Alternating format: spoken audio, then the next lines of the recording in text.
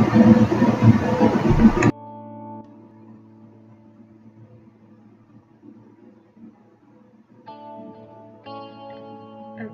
so hopefully once again this is recording, unfortunately with music in the background, but I just wanted to record this to talk through my PowerPoint on conservation project management, just to give you guys an overview of what a conservation project involves. So our main objective really for this session, as it were, is to give an overview of the different stages and processes that are involved in project management. Now, it is important to note that I will be using two particular quite useful sources of information here in terms of project management. So the first one is a project management document created by an organisation called Wild Team. It is very, very useful. It's very detailed. It is quite user friendly though. They do also run training courses if anybody's interested. The last one ran in January this year, about £350. The feedback from those courses is actually quite good. I'm thinking about going to one myself just to see what it's like. I will put this document on Moodle, although you can quite easily Google for it online. And the second is a website called Project Toolkit from Groundwork, which is a sort of grassroots conservation / community type organisation, for those of you who've not come across it before, and their website is very, very useful. I double checked that it's still there, so my last access date there is the 28th of February. Again, I'll put this link up onto Moodle, but it is still there. It is still, it does appear to be regularly updated.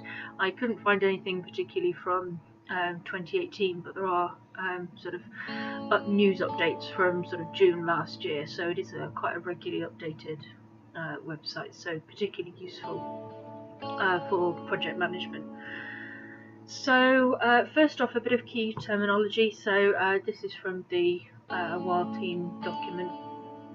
Just to give you guys some context to some of the terms from the document, but also I'll be using a few of them here as well. So the first one being a vision. So basically a project often needs to have some sort of vision. So basically this is what we're aiming to achieve. I suppose you could call it aims really. What is the program, the conservation program or the conservation project actually aiming to do? So what targets is it aiming for within a particular area for a particular species? And this leads us into the scope, which is basically the geographic area. So the scope of the project is where the project is actually going to be based, where the project is actually working on the ground. Working with a particular species, but within a particular area, of course. That can be quite wide as a project area, but it can also be quite narrow, can be more localized. Biological targets are of course the focal species or the community or the ecosystems, the habitats, for example. So there will be target species or target habitats or target ecosystems within a project. Threats are the factors directly contributing to the degradation of those targets. So the threats to the species, the threats to the communities, the threats to the habitats, the ecosystems, and so on.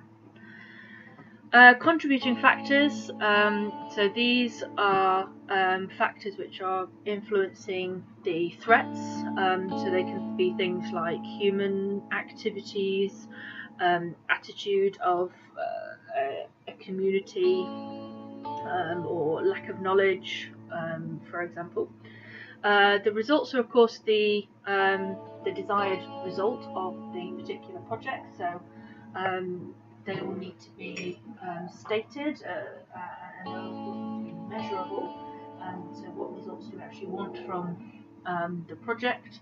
And then a work package, so it terms these things work packages.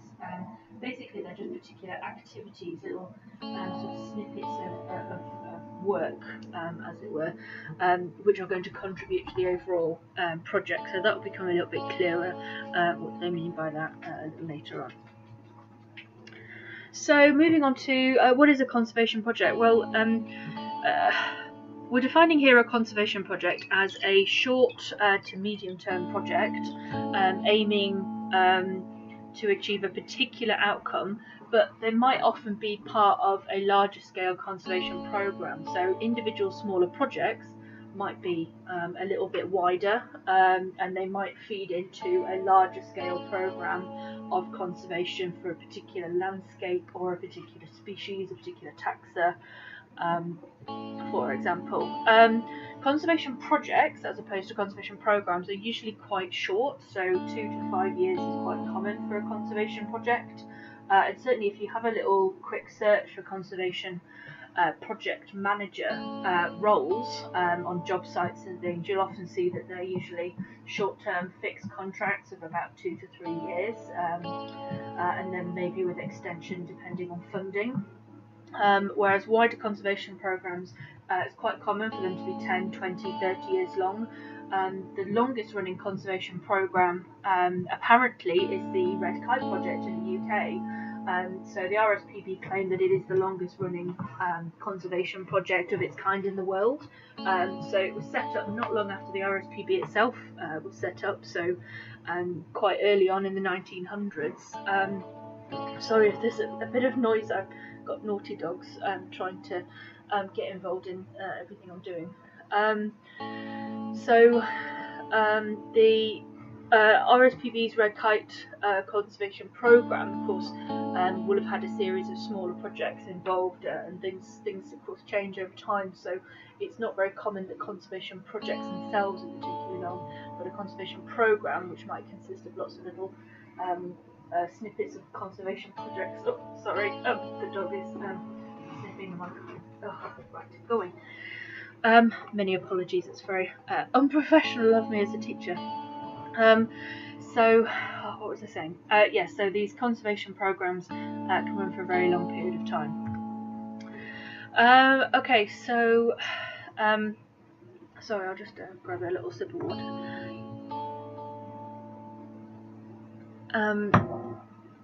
This slide is showing an example arrangement of some work packages and how they fit into the wider project. So this is from the Wild Team document. So it's showing the different stages of the conservation project along the top. So we've got pre-project, initiate, implement, and close. And of course you can see there is a 4-year project with these little work packages. So they're going to be the particular activities that are going on within the project. So you see some of the work packages go over the span, the majority of the conservation project, certainly the implementation phase, whereas some of them are sort of much shorter things. So, you know, one of the ones that is ongoing could be something like engaging with local communities. One of the work packages at the beginning of the project could be initial training, or it could be initial habitat restoration of some description. There can be all kinds of different things, of course, that are going to be these little work packages. As this particular source is calling them. So I'll continue to call them little work packages, but basically they could be activities of all kind that are going to be utilised in order to achieve the conservation project's overall aims and objectives. So this is a little bit more detail about those different phases and what's going on in the background of them. So we'll talk through all of these 4 phases briefly over the coming slides. So in the background you've got what we call control and admin processes. So there's going to be progress management that's going to be taking place. There's going to be risk management in the background, and we're talking risk as in project risk as opposed to risk assessment like slips, trips and falls type risk, and managing any particular issues that crop up along the way. Managing lessons learned, so you know, as the project develops, you know, things will come about, things will happen, lessons can be learned from those, and that'll be an ongoing theme. And of course, in terms of admin, there'll be all kinds of documentation to manage. So the Wild Teams project document that we've taken some of this from has got quite an extensive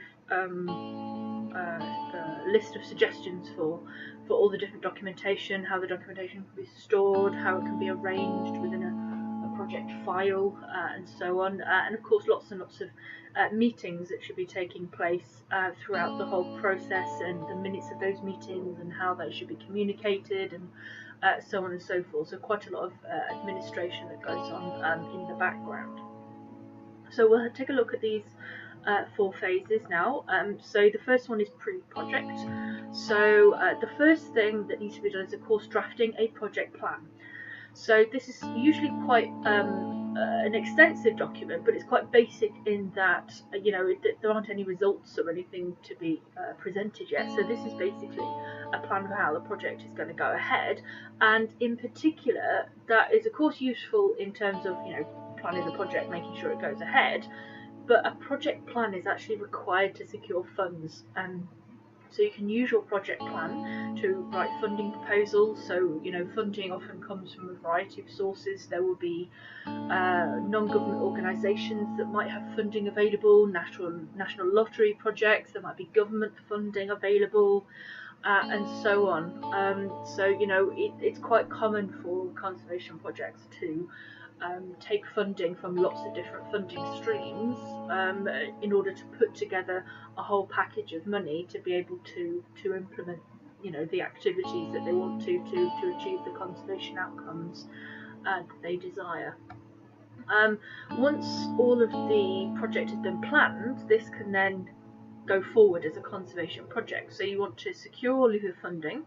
Sometimes projects might not necessarily secure the full level of funding if the project is part of a wider conservation programme. So you'll have the funding for this particular project, but then the rest of the conservation programme might then require future looking at funding. So all the funding for this particular project will need to be secured, but then future funding for future projects, of course, might come a little bit later.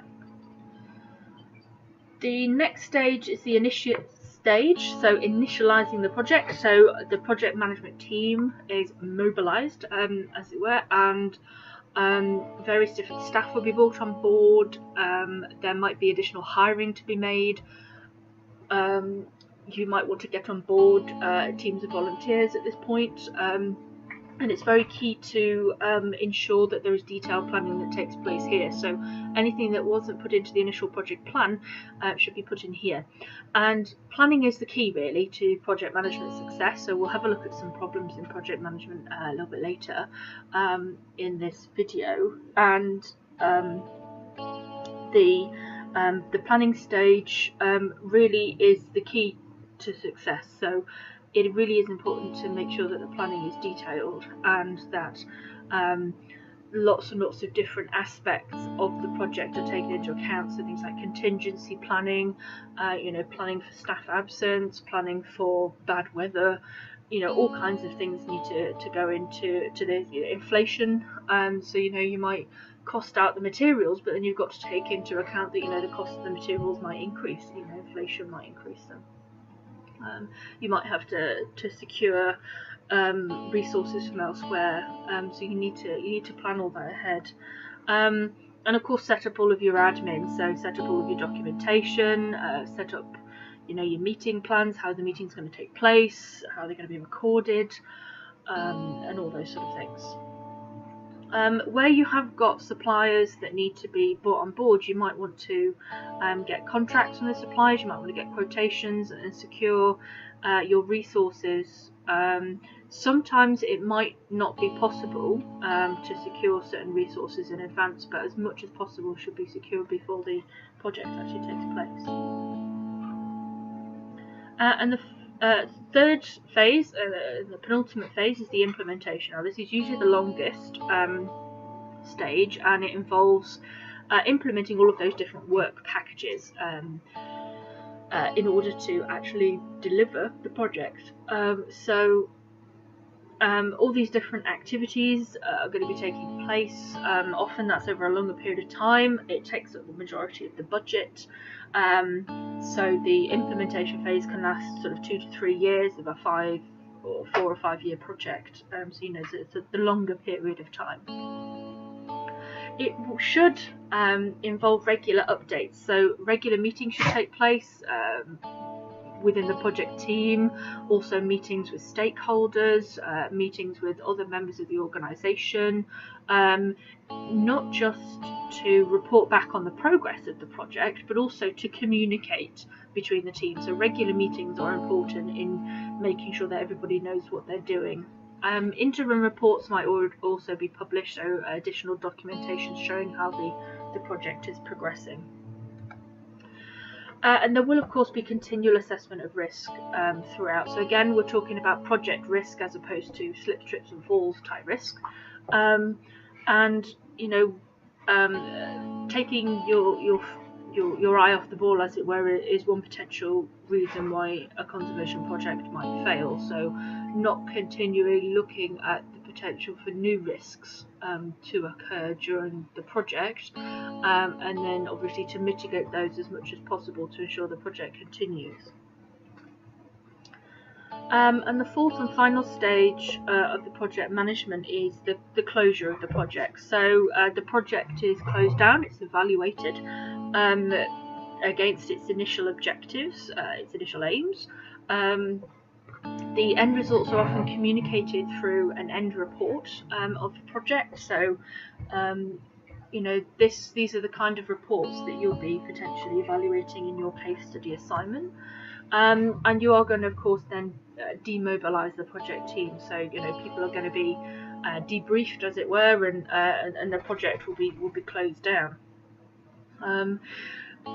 Paid members of staff might be sent elsewhere in the organisation. Volunteers might be requested to stay on to continue some project activities. So just because the project ends does not necessarily mean that the conservation activities for the benefit of the species or the habitat or the ecosystem discontinue.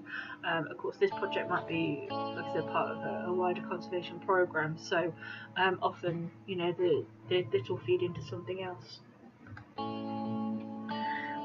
So the final part of this video is to sort of take you through a few problems and solutions in project management. I've taken these from Groundwork UK. They're quite good because they offer solutions to the potential pitfalls. And you'll see that there are key themes that run through, so things like planning and good communication that can help with effective project management. So the first is, of course, poor management. The solution there is to stay focused, really. Project management is not necessarily an easy task, but you know, there is plenty of guidance available in project management, and just keeping organised and staying on track. So you know, good planning, good communication, keeping on top of things is the key to success, really. That should be quite obvious. The next one is a lack of a solid plan. So again, planning is coming up here. Really, those you know, those initial project stages, those pre-planning and those initiation projects, parts of the project, are really important. So the more that you plan, the more that you prepare, the better your chance of success in the project, and the smoother the rest of the project will run. So remember, the actual implementation of the project is the largest in terms of time and resources, but it's the third stage. So you know, those two initial stages, as long as you've done your hard work there, the rest of the project should flow quite naturally. It's not to say that it's not continual work involved, but it's a lot easier to continue on with the project if it's planned very, very well. Poorly defined roles and responsibilities. So you know, this is an issue in a lot of organisations. This isn't exclusive to project management. So of course the solution is to make sure that everybody knows what they're doing, and that includes voluntary staff, because sometimes, you know, the paid members of staff, they'll have contracts, they'll have, you know, personal specifications, they'll be trained. You've got to train your voluntary staff as well, so you know, everybody that's involved in the project has got to know what they're doing and what their responsibilities are, and of course somebody has got to keep a track of all that as well. So making sure that there's initial training in the beginning of the project, that everybody knows what their role is in the project, what they're expected to do, what they're expected to achieve, and of course all the different stages along the way that they're going to have to get involved in. So making that very, very clear and reiterating that throughout the process as well. So reminding people at key stages, so reinforcing those, particularly maybe through the meetings. And of course you've got to match people to their skill set. So if particular people are good at particular things, then, you know, make it their responsibility to do that. So somebody who's particularly good with ICT would potentially be responsible for managing the online documentation for the project or something like that, you know, making sure that people are working to their strengths.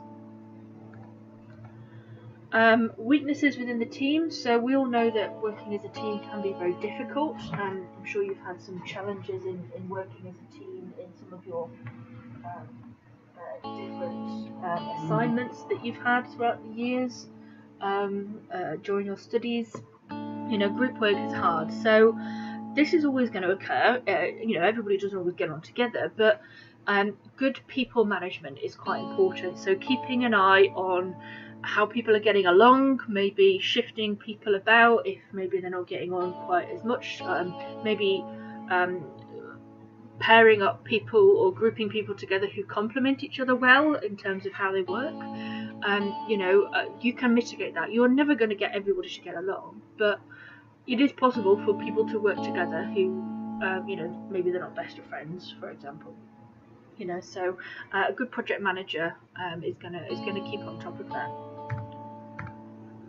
Poor communication is a big problem. So communication should be built into the planning.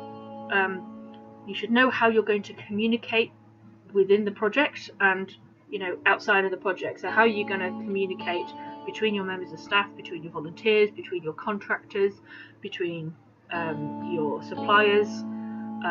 You know, how is that going to work? It should include regular updates, ideally through the meetings, through the project reports that are published. And of course those meetings need to be recorded, and the minutes of those meetings need to be sent round and communicated to everybody. So you're going to need to give somebody responsibility for transmitting all of that information. So who's going to be responsible for communicating those minutes? Who's responsible for recording them? Who's responsible for communicating with the suppliers, and so on and so forth? And there do need to be very clear lines of communication, so everybody needs to know who to communicate with and how best to communicate with them. So, you know, is it by telephone? Is it by email? Is it by a web-based resource? You know, that there are all kinds of ways for people to communicate. So, you know, it needs to be very clear about how that's going to happen.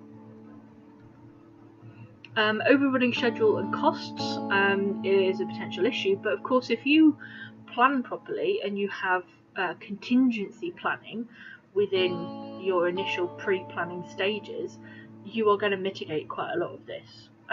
Obviously things happen, you know, a volcano could erupt, you know, there's all kinds of random events that can happen to put things back, you know, behind schedule, but a lot of common things you can plan for. So you can plan for a spell of bad weather, you know, I mean, it's snowing right now, and, you know, the whole country appears to have ground to a halt, but it's only happening for a week. This crazy beast from the east, or whatever they're calling it, you know, but you can plan a week's worth of delays into your project's planning quite easily. So, you know, being flexible and contingency planning really is key. Regular reviewing and monitoring the project is also going to have help you to keep an eye on whether you're overrunning, and of course the costing. You know, contingency plans should be built into the costs as well.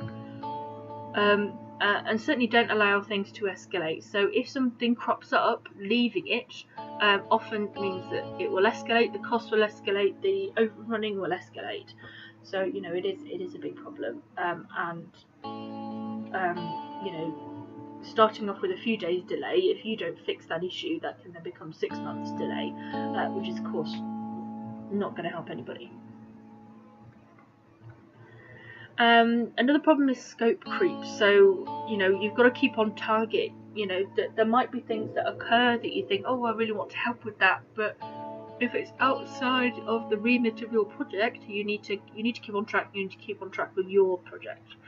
So keep sight of the initial aims. It can help to reinforce them, maybe at regular meetings, or to keep them to hand somewhere. Put them up as posters around whatever office is being used, or whatever, to help people keep sight of what the project's aims and objectives are.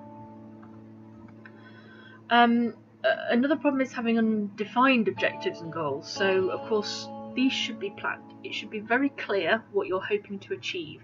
What are your targets? Now, they need to be measurable, of course, and of course they need to be achievable. So they need to be, I suppose, what we call smart targets. They need to be something that you can say, yes, this has been achieved, but it also needs to be something that actually can be achieved as well, of course. Linking in with this is, setting of unrealistic timeframes and tasks. It is better to under-promise and over-deliver than to do the other way around, to over-promise and under-deliver. So keep your objectives, your goals achievable within the remit of the funding and skills and resources that you have available to you. Remember that your funding is limited. Remember that resources are limited, and skill sets are limited. You need to make sure that you're setting yourself achievable aims. And then, of course, if you over-deliver on your objectives, then that's an additional bonus, I suppose. But there's nothing worse than reporting back on a project, I imagine, where you've not managed to achieve some of your aims because you set the bar too high. Much better, of course, to report back on a project that's done better than expected. And of course, that means you're only going to commit what you can actually achieve. Don't set out to say that you're going to deliver on something that you're just not going to be able to do. Nobody's going to be a friend to you for that. Further is insufficient resources. So this can include funding, it can include personnel, of course, as well.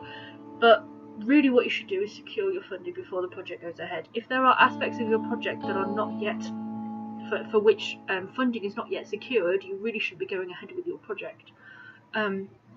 You should be looking at alternative sources of funding if certain areas of your funding are not secured. You should have the money in the bank really before you start. You need to build in contingency plans for any unanticipated costs. So you need to take into account things like changes in inflation rate. You need to look at changes in availability of particular resources. Things might not be available at certain times. There might be shortages which might put the prices of certain things up. You're going to have to plan for all of those sort of things as much as possible. And of course you're going to have to be realistic about the commitments of voluntary people. So you will have volunteers, but they're not necessarily always contracted. You're not paying them. A lot of the contributions are from the community, people helping out on their weekends and such. So be realistic about what you're going to expect them to do, because ultimately they might let you down, but if you've planned for that as a contingency, then it won't affect your overall project as much. And ultimately, missed deadlines are a key thing that's going to happen if a lot of these other problems that we've talked about already occur. So there's nothing worse than missing a deadline, because ultimately your funding may only be available for a certain amount of time. So if you don't meet your deadlines, then your money is going to run out. So this is quite a common issue in conservation project management, unfortunately. But again, contingency planning can mitigate some of this. So plan. You know, set yourself realistic deadlines so that, you know, if something does happen, then of course, you know, you're not going to miss your ultimate deadline. So, you know, give yourself a little bit of time to work through potential issues which might crop up in the course of your project, and that means that, you know, you're more likely to hit your deadlines if your deadlines are sensible.